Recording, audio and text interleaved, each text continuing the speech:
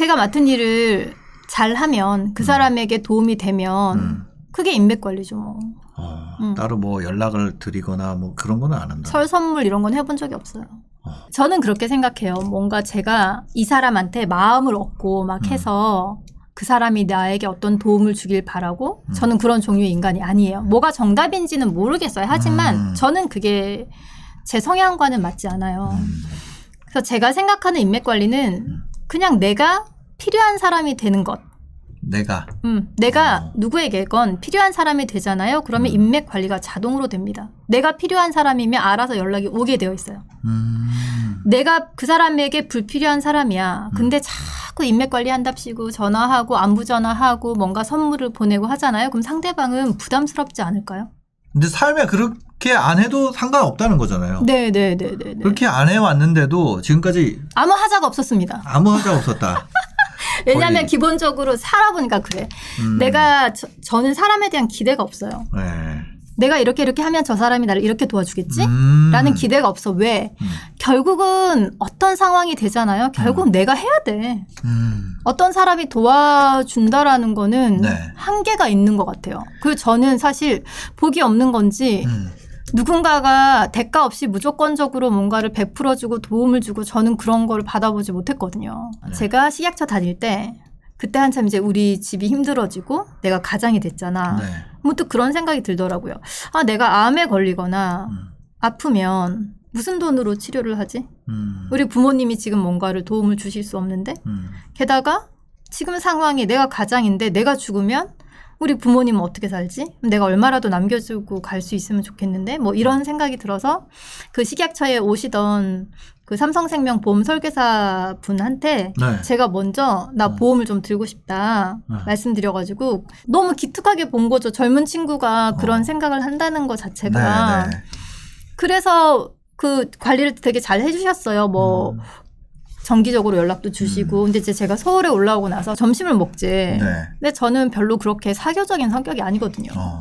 왜 자꾸 점심을 먹자고 하시는지. 그래서 뭐 회사 앞으로 왔다고 하시니까 그래서 뭐 점심을 먹으러 갔어. 갔더니 이제 이게 그냥 친목도모가 아니라 삼성생명이 이제 스카우트제를 하러 오셨던 거예요. 고민을 한 6개월을 했어요. 근데 6개월 고민에 그냥 종점을 그냥 탁 찍은 거는 그냥 돈 많이 벌 수 있다고 해서. 월급이 1,000만 원이 넘은 거예요, 그 사람이. 제안한 게. 아니, 그분이 받았던 연봉이요. 1,000만 원이 없는 돈을 그분이 버셨더라고. 스카우트 하러 오신 분이. 월급이.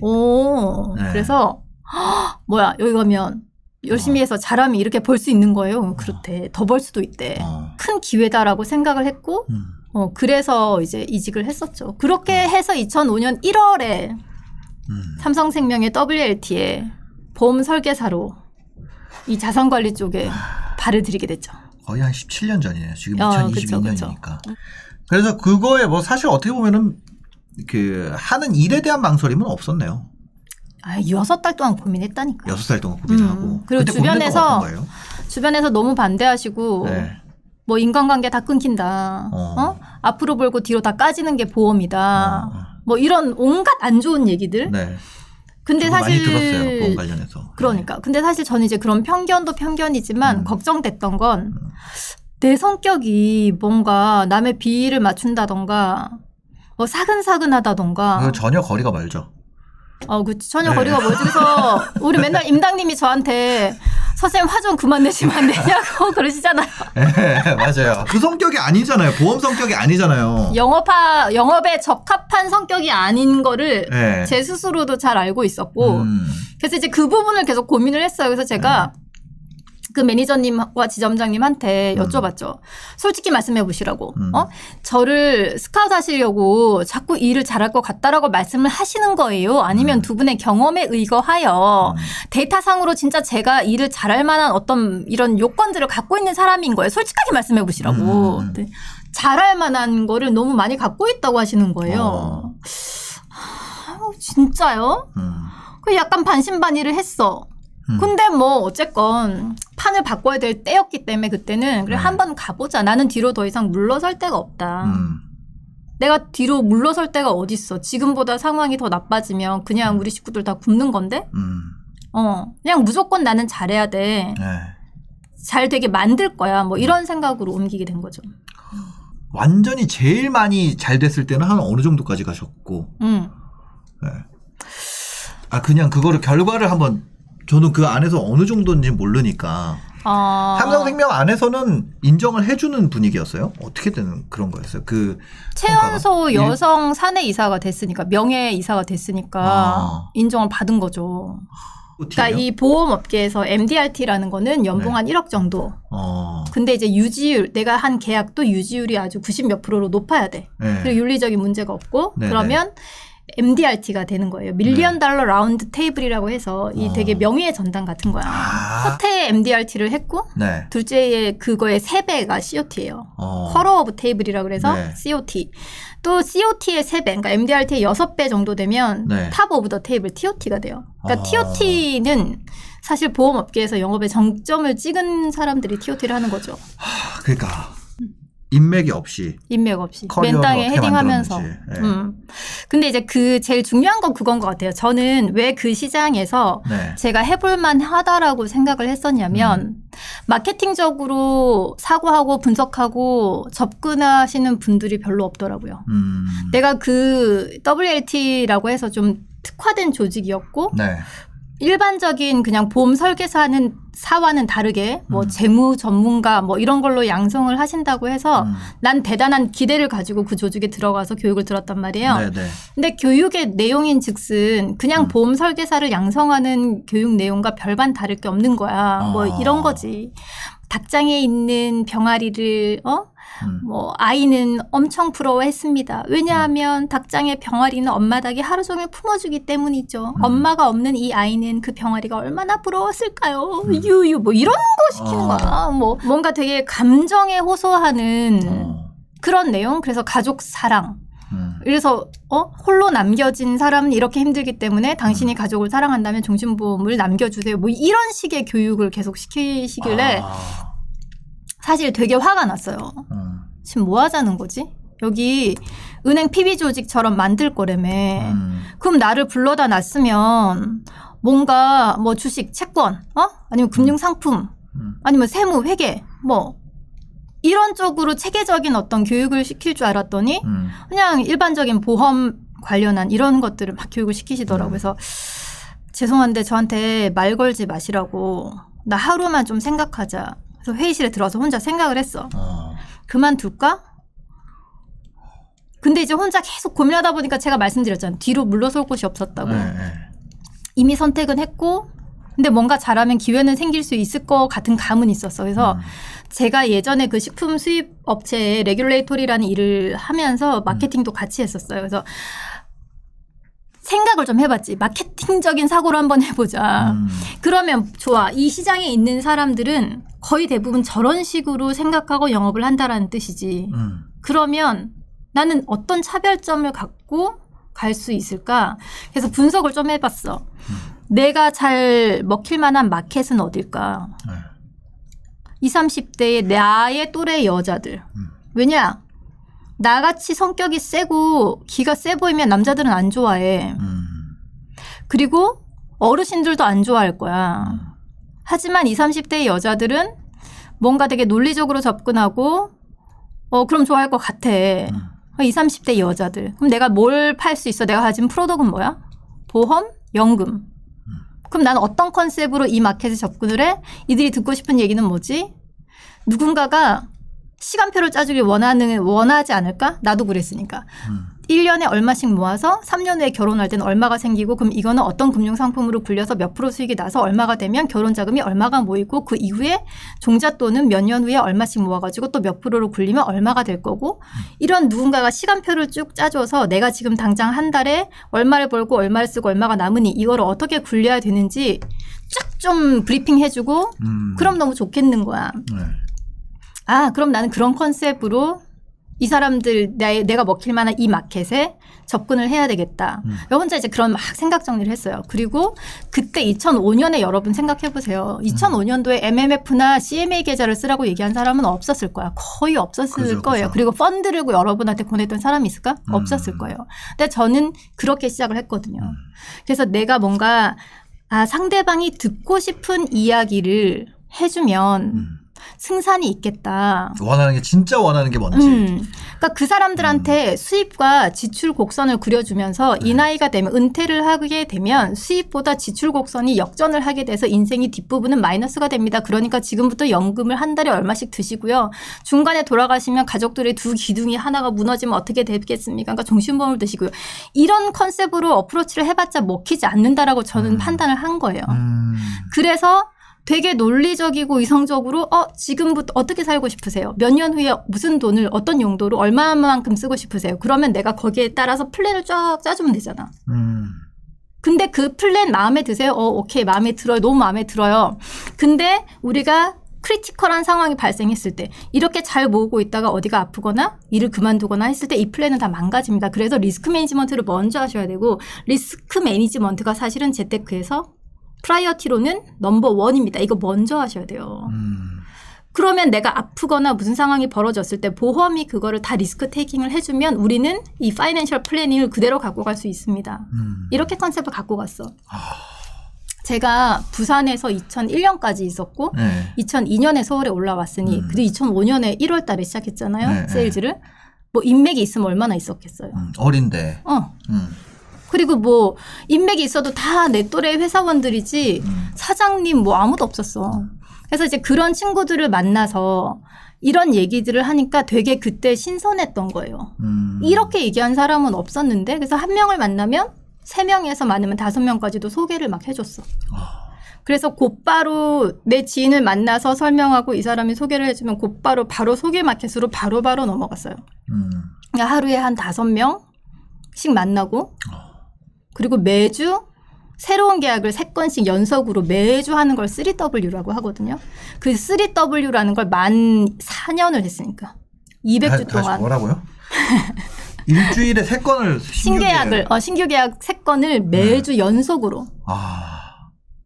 그거를 200주를 했다고. 그러니까 만 4년 동안에 계속 매주 3건씩 신계약을 한 거예요. 근데 그럴 수 있었던 거는 다른 컨셉으로 접근했기 때문에라고 생각하는 거야. 그래서 사람들은 그런 얘기를 하잖아요. 하긴 너무 레드오션이야. 그리고 뭐 편견도 많고 힘들어. 하지만 저는 블루오션으로 봤어. 왜? 너무나 많은 사람들이 제대로 세련되게 제대로 일을 하지 않았었기 때문에 인맥으로 막 친구니까 뭘 들어주고 뭐 엄마 뭐 친구라서 뭐 내용도 모르고 사인하라 그래서 사인하고 머리끝부터 발끝까지 다 된다고 했는데 나중에 알고 보니까 나 입원했는데 입원비 안 주고 병원비 안 주고 열받고 막 중간에 해약하면 손해보고 이러니까. 근데 그 시장에서 누군가 제대로 일하면 눈에 팍 띄겠구나라고 저는 생각했어요. 근데 그게 맞아 떨어진 거죠. 아무래도 근데 조직 생활을 하신 거잖아요. 그렇죠. 조직 생활을 했는데 저는 사실 사회생활 부적격자에 가깝죠. 삼성생명 다닐 때도 뭐 임원분들께서 이게 좀 우수한 실적이 좋은 그런 사람들한테는 이렇게 전화해서 점심을 먹자 뭐 이런 걸 해. 그럼 우리 상무님 있죠. 전화. 왜? 반말에 상무님한테. 왜? 우리 열심히 식사를 한번. 내가 왜 상무님하고 밥을 먹고 고객하고 밥 먹을 시간도 없는데 전화 끊어. 어차피 밥 먹어도 또 실적 이번 달에 얼마 갖고 그러고 물어볼 거잖아. 전화 끊어. 이렇게. 왜냐하면 나는 그분하고 할 말이 없어요. 뭐 실적 얼마 할 거냐 왜 물어보는데 나한테 그런 건. 고객하고 밥 먹을 시간도 없는데. 결과로 말할 건데. 어차피. 그리고 어차피 임원한테 잘 보여서 제가 승진하고 뭐 월급 받고 이런 포지션이 아니잖아요. 그냥 나는 내 일을 하는 거고 내가 영업 잘하면 뭐 성과급이 많이 나오는 거고. 그리고 제가 본사 임원들한테 잘 보여서 그분들 계약을 받을 것도 아니고. 임직원들 계약도 잘하는 그런 설계사들한테는 삼성생명의 임직원들도 보험을 가입할 거 아니에요. 그러면 잘하는 설계사들 몇 명 불러서 뭐 그분들한테 가입을 한다던가 이렇게 해요. 근데 저는 그런 계약조차도 하지 않았어. 왜? 본사 직원들의 어떤 계약을 하거나 임원들의 계약을 했다. 그러면 그분들이 원하는 목소리를 내야 되잖아요. 난 싫어. 난 내 쪼대로 사는 게 좋아. 뭐 이런 스타일. 힘들어도 그냥 하나하나 내 손으로 직접 만들고 해내고 그래야 직성이 풀리고 마음이 편하고 누군가한테 아쉬운 소리를 하거나 부탁을 하거나 그래보지 않았고 하고 싶지 않아요. 상여자네. 상여자 누나. 장군감 아니니?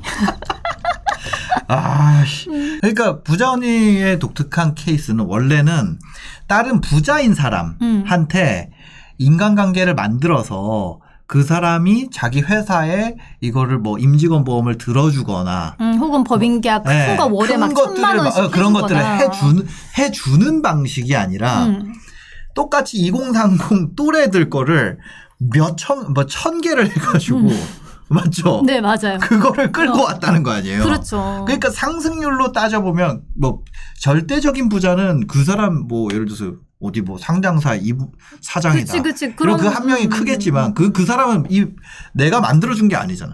그렇죠. 근데 부자 언니는 만들어주면서 왔다는 거 아니에요? 네. 그러니까 저는 거기에 되게 보람을 느끼는 거예요. 그러니까 내가 좀만 더 이렇게 잘 정리하고 정보를 드리고 하면 이분의 재산이 눈에 늘어나는 게 보이고 이 사람들의 그 통장에 살이 찌는 걸 보면 내가 밥을 안 먹어도 배가 부르고 너무 뿌듯하고 뭔가 누군가의 인생에 진짜 제대로 도움을 드리는 것 같아서 저는 그 힘으로 사실 지금까지 살았거든요.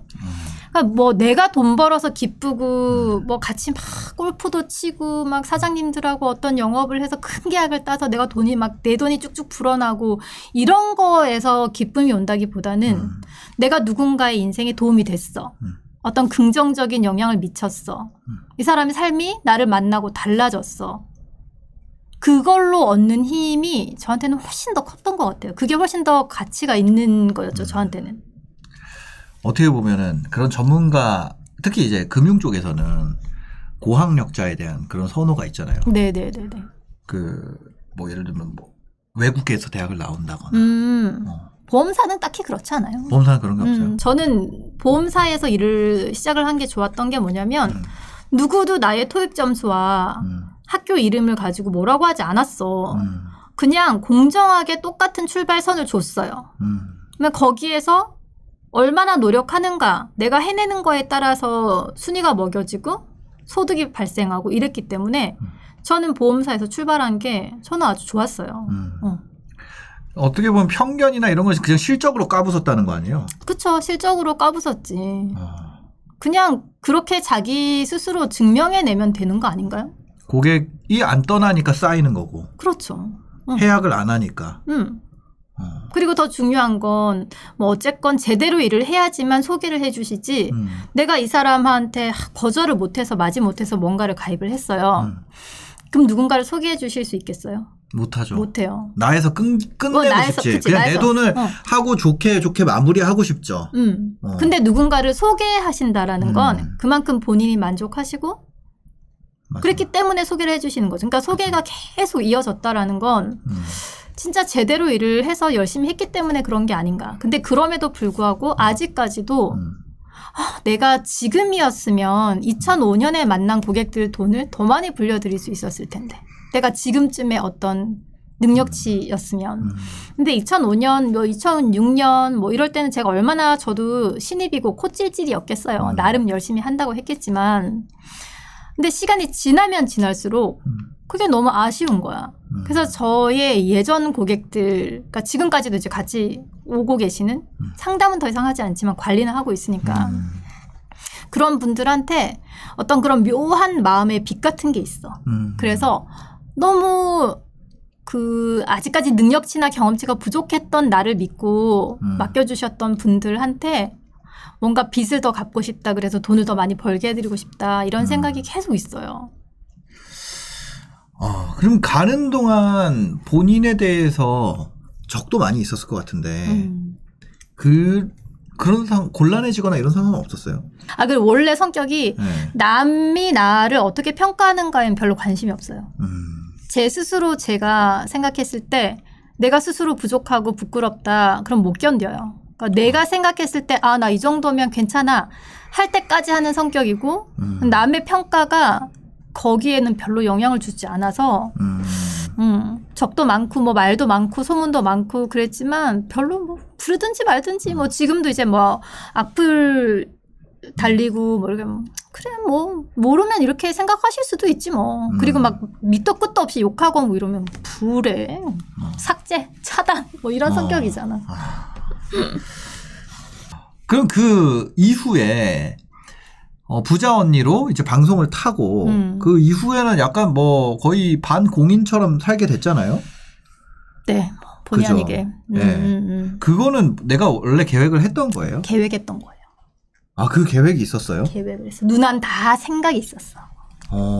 제가 어떻게 일을 하는지를 이제 모르시잖아요. 그런데 그냥 단순히 보험회사에 다니니까 보험 아줌마지 뭐 지가 그래봐야 뭐 보험이나 팔지 보험 팔이지 막 이렇게만 얘기하시니까 아닌데 나는 제대로 진짜 파이낸셜 플래닝을 하고 이분들한테 도움되게끔 일을 하고 있는데 그럼 이걸 좀 많은 사람들한테 알리고 싶은 거예요. 그래서 방송을 해야 되겠구나라고 생각을 했어요.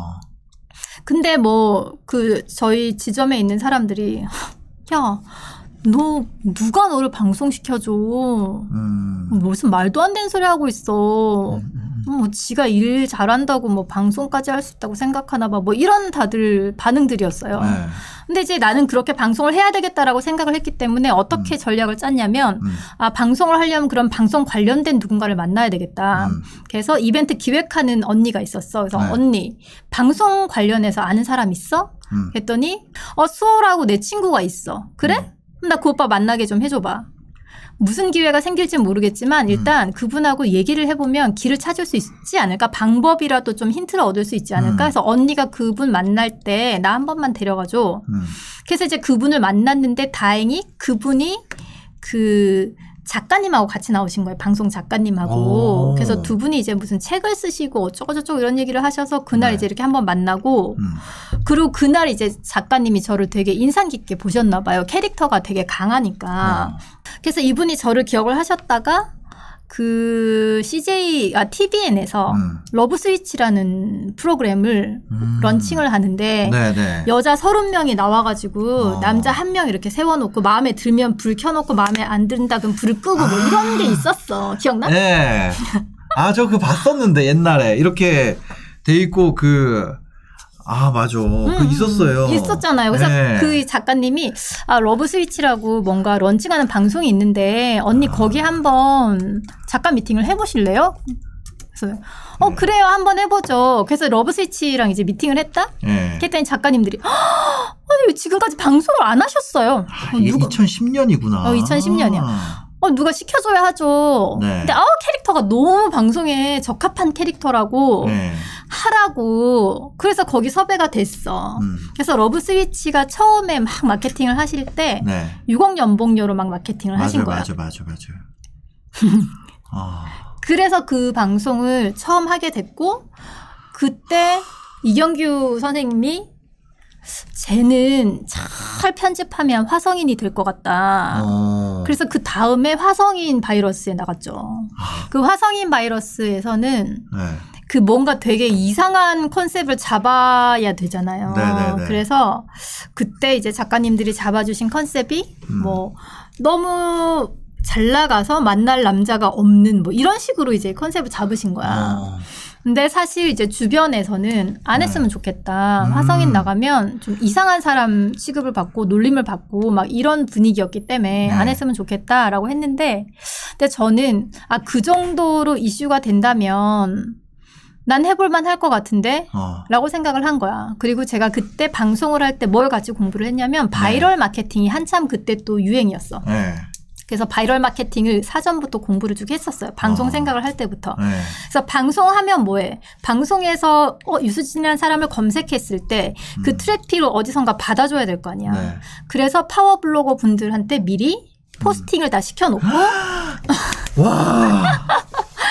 실시간 검색어 뜨면 분명히 클릭할 거다. 그러면 상위 노출을 파워블로거 분들 시켜가지고 해놓고 그분들 블로그에 제 블로그 주소를 링크를 넣어놓고 그리고 제 블로그에 글을 미리 써놨어요. 제가 화성인 바이러스에 출연한 이유는 뭐 이러 제가 하고 있는 일을 더 알리고 싶었고 사실 뭐 구두굽을 이렇게 한 달에 하나씩 갈면서 무릎이 나가면서 이렇게 열심히 일을 하고 살았고 근데 방송에서 이제 좀 자극적으로 편집이 돼서 저도 속이 상하다. 근데 출연은 제가 하지만 편집은 방송 PD가 하는 거였고 싶다. 이게 이제 제가 방송을 어떻게 좀 활용할 수 있을 줄 알았는데 제가 너무 교만했다. 그런 게 아니더라. 네. 이제 그런 글을 쭉 써놨어요. 그리고 이제 저를 만나고 싶으신 분들은 제가 세미나를 한번 하겠습니다. 그래서 그 당시에 막 200명씩 세미나에 오시고 저를 보러 그러셨었어요. 그래서 방송도 사실 저는 뭐든지 할 때 내가 인풋이 있으면 무조건 아웃풋이 나와줘야 돼. 그냥 하는 일은 없어요, 저는. 네. 아니 그러면 그 화성인 나갔을 때 계획을 하고 나간 거네요. 계획을 하고 나간 거죠. 그래서 내가 화성인에 나간다면 결과가 어떻게 될 것이고 그걸로 인해서 나는 그 트래픽을 어떻게 활용해서 세미나까지 연결을 할 거고 모든 걸 다 계획하고 바이럴 마케팅 다 세팅해놓고 네. 그러고 했던 방송이야. 화성인은. 그게 어떻게 보면 좀 그 점프하는 데 도움이 됐나요? 근데 그 이후에 삼성생명 퇴사를 했으니까 네네. 어떻게 보면은 도움이 안 된 거 아니에요? 아 진짜 도움이 된 거는 소나기라는 방송이었어. 소나기? 소나기. 소나기가 소중한 나를 위한 이야기라고 해서 저기서 나한테 연락이 올만한데 라는 생각을 했었어. 근데 막 후반으로 넘어갔는데도 연락이 안 오시길래 뭐 아닌가? 내가 너무 자뻑인가? 근데 연락이 왔어. 그래서 제가 9회에 출연을 했고 거의 이제 끝에서 마지막으로 10명이 나가는데 9번째 제가 나갔고 이건 어디에서 한 거예요? 온스타일에서. 아, 온스타일에서? 그래서 이때 이제 제가 하고 있는 일에 대한 어떤 강의 형식으로 방송을 할 수 있는 첫 계기가 된 거예요. 그러니까 사실 러브스위치나 뭐 화성인 바이러스, 1대백 뭐 이런 방송들은 그냥 예능이잖아요. 근데 내가 어떤 일을 하고 어떤 컨텐츠를 갖고 있는지를 혼자서 강의 형식으로 풀어낼 수 있는 굉장히 좋은 기회가 소나기였죠. 그래서 소나기를 보시고 진짜 많은 분들이 이제 카페에 가입을 하셨죠. 저는 소나기를 방송할 때 사실 카페도 기획을 했었어요. 이 트래픽을 어디에 담을 건가. 그러니까 온라인 마케팅을 계속 공부를 했었기 때문에 아 그럼 카페를 열어서 이 트래픽은 카페로 몰아야 되겠다 이제. 그래서 카페 관리를 잘 하면 계속해서 이 좋은 인연들을 또 이어가고 만들 수 있겠구나.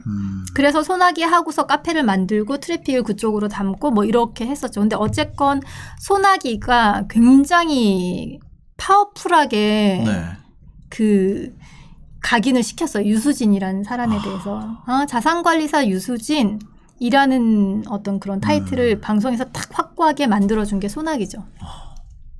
경제적 자유를 달성했잖아요. 지금. 네. 그럼 그 이후는 어떤 걸 보고 계세요? 제가 앞으로 하고 싶은 건 사실 저는 되게 유기동물들 관심이 많고 그리고 빚 있는 친구들한테 관심이 많아요. 빚 있는 사람? 네.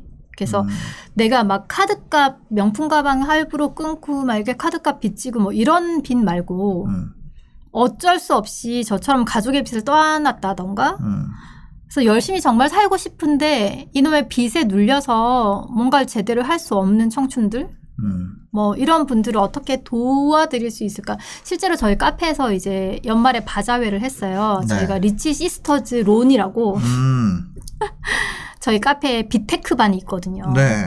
그래서 그 고금리 대출 때문에 힘들어 하시는 분들을 돕기 위해서 저희가 연말에 바자회를 했었어요. 그래서 그분들을 돕는 어떤 기금을 지금 만들어 놨고 당연히 저도 개인적으로 또 더 내고 근데 그냥 빚을 갚아드리면 빚이 또 생길 수 있잖아. 그래서 그 코치들을 붙여가지고 이분들이 어떻게 하면 제대로 다시 건강한 재테크를 하실 수 있을지를 팔로우하는 거. 뭐 근데 그것도 막상 부딪혀 보니까 심리적인 문제들도 꽤 있으세요. 그래서 과연 이게 우리끼리 할 수 있는 일인가.